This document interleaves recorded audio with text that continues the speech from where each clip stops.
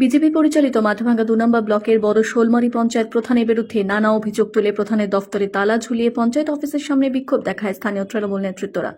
দুই দলের কর্মীরা লাঠি সোঁতা নিয়ে জমায়েত হলে ঘটনাকে কেন্দ্র করে দিনভর দফায় দফায় রাজনৈতিক উত্তাপ ছড়ায় এলাকায়। পরিস্থিতি সামাল দিতে ঘটনাস্থলে পৌঁছায় ঘোকসাডাঙ্গা থানার বিশাল পুলিশ বাহিনী।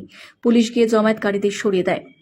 তৃণমূলের পঞ্চায়েত সদস্যদের অভিযোগ, বিজেপির প্রধান আমাদের সাথে কোনো রকম আলোচনা না করেই বিমাতৃসুলভ আচরণ করে অঞ্চল পরিচালনা করছে।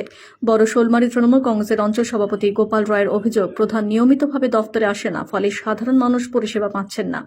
তাছাড়া তিনি বিরোধী পঞ্চায়েত সদস্যদের সাথে কোনো রকম আলোচনা না করেই মিটিং করার সিদ্ধান্ত গ্রহণ করে। গাছ বিক্রি থেকে শুরু করে বিভিন্ন দুর্নীতির সাথে জড়িত, যার জেরে এলাকায় উন্নয়ন স্তব্ধ হয়ে পড়েছে। মঙ্গলবার তৃণমূল কংগ্রেসের কর্মীরা ৫ নম্বর বাজার থেকে মিছিল করে প্রধান দফতরে আসার আগেই তার দফতরে তালা ঝুলিয়ে দেয়। সে খবর পেয়ে প্রধান জয়ন্ত দে পঞ্চায়েত সদস্যদের নিয়ে এসে তালা ভেঙে দফতরে প্রবেশ করে। প্রধান ও সদস্যরা বেরিয়ে গেলে তৃণমূলের কর্মীরা ফের মূল গেট সহ অন্যান্য দফতরে তালা ঝুলিয়ে দেয় পুলিশের উপস্থিতিতে বলে বিজেপির অভিযোগ। গ্রাম পঞ্চায়েত প্রধান জয়ন্ত দে বলেন, ভিত্তিহীন অভিযোগ তুলে জনগণের ভোটে নির্বাচিত প্রধানকে পরিষেবা প্রদানে ব্যাঘাত ঘটাচ্ছে। যারা তালা ঝুলিয়েছিল তাদের বিরুদ্ধে থানায় লিখিত অভিযোগ দায়ের করবে। বিজেপি এক মণ্ডল সাধারণ সম্পাদক সঞ্জয় সরকার বলেন, লোকসভা ভোটের ফলাফল প্রকাশ হওয়ার পর থেকেই আমাদের দলীয় কর্মীদের ওপর নানানভাবে অত্যাচার শুরু করেছে তৃণমূল কংগ্রেস। এইভাবে গায়ের জোরে গ্রাম পঞ্চায়েত দখল করা যায় না। তালা দেওয়ার ব্যাপারটা কি ছিল, আপনাদের উদ্দেশ্য কি বা আপনাদের কি কারণে দিয়েছিল একটু যদি জানান তাহলে ভালো। বিষয়টা হলো, দীর্ঘদিন থেকে অঞ্চল অফিসে ঠিক আছে সাধারণ মানুষ কোনো পরিষেবা পাচ্ছে না। বড় শোলমারি এলাকা তাদের একটাই দাবি, প্রধান এখানে নিয়মিত আসছে না। আজকেও আমরা গেছি, প্রধান নেই। ঠিক আছে, শুধুমাত্র ঠিকাদারিদের ব্যবসা করার জন্য উনি অফিস খোলে এবং অফিসে আসে সময় মতো। হ্যাঁ, এবং সমস্ত অঞ্চলের এর আগে গাছের লক ছিল, শিশু গাছের লক, 3টা শিশু গাছের লক ছিল, যার দাম 2 লাখ টাকা। সেটা আমাদেরকে পঞ্চায়েতদেরকে না জানিয়ে উনি বিক্রি করে দিচ্ছে। সেটার জন্য ওনার কাছে দাবি রাখছি যে কিভাবে বিক্রি হলো আমরা কেন জানতে পারলাম না। রিসেন্ট টেন্ডার প্রক্রিয়া হয়েছে, রিসেন্ট বিজেপির মাত্র 10-12 জন যে পঞ্চায়েত ছিল তাদেরকে নিয়ে টেন্ডার প্রক্রিয়া করছে। সেখানে কিন্তু তৃণমূলের যে 10 জন পঞ্চায়েত আছে বর্তমানে তাদেরকে অন্ধকারে রেখেছে এবং তাদেরকে কোনো তাদের সাথে কোনো রকম চিঠি বা মিটিংয়ে না করে ওরা সিদ্ধান্ত এককভাবে নিছে দলীয়ভাবে। যে কারণে আজকে আমরা বড় শোলমারি অঞ্চলে মানুষের পরিষেবা পাচ্ছে না। তৃণমূলের যে পঞ্চায়েতগুলো আছে তাদেরকে অন্ধকারে রেখে আগামী 16 তারিখ মিটিং ডাকছে। অথচ বিরোধী দলনেতা হিসেবে আমি আছি, আমার সাথে কোন রকম উনি পরামর্শ করেন নাই প্রধান। যে কারণে এই জন্য আমরা সঠিক উত্তর চাওয়ার জন্য গেছিলাম। সেখানে আজকে এক্সিকিউটিভ অনুপস্থিত, সেক্রেটারি ছিল, সেক্রেটারি সদুত্তর দিতে পারেনি। এক্সিকিউটিভের সাথে কথা বলছি, উনি ভয়ে ডিএম অফিসের ছুতা দিয়ে চলে গেছে। হ্যাঁ, এই জন্য আমরা 16 তারিখে মিটিংটা করতে দিব না যতক্ষণ আমাদের সদুত্তর না দিবে। ঠিক আছে, আপনার আজকে সেটা তো এখন খুলে দেওয়া হয়েছে, প্রধান এখন জিপিতে আছে, কি বলবেন এই বিষয়ে? হ্যাঁ, সে খুলে দিয়েছে। আমরা চেষ্টা করব, আমাদের প্রক্রিয়া, আমাদের দলীয়ভাবে যে চিন্তা ভাবনা করছি সেটা আমরা প্রয়োগ করব। আপনার নাম? গোপাল রায়, বড় শোলমারি অঞ্চল তৃণমূল কংগ্রেস সভাপতি। ঠিক আছে।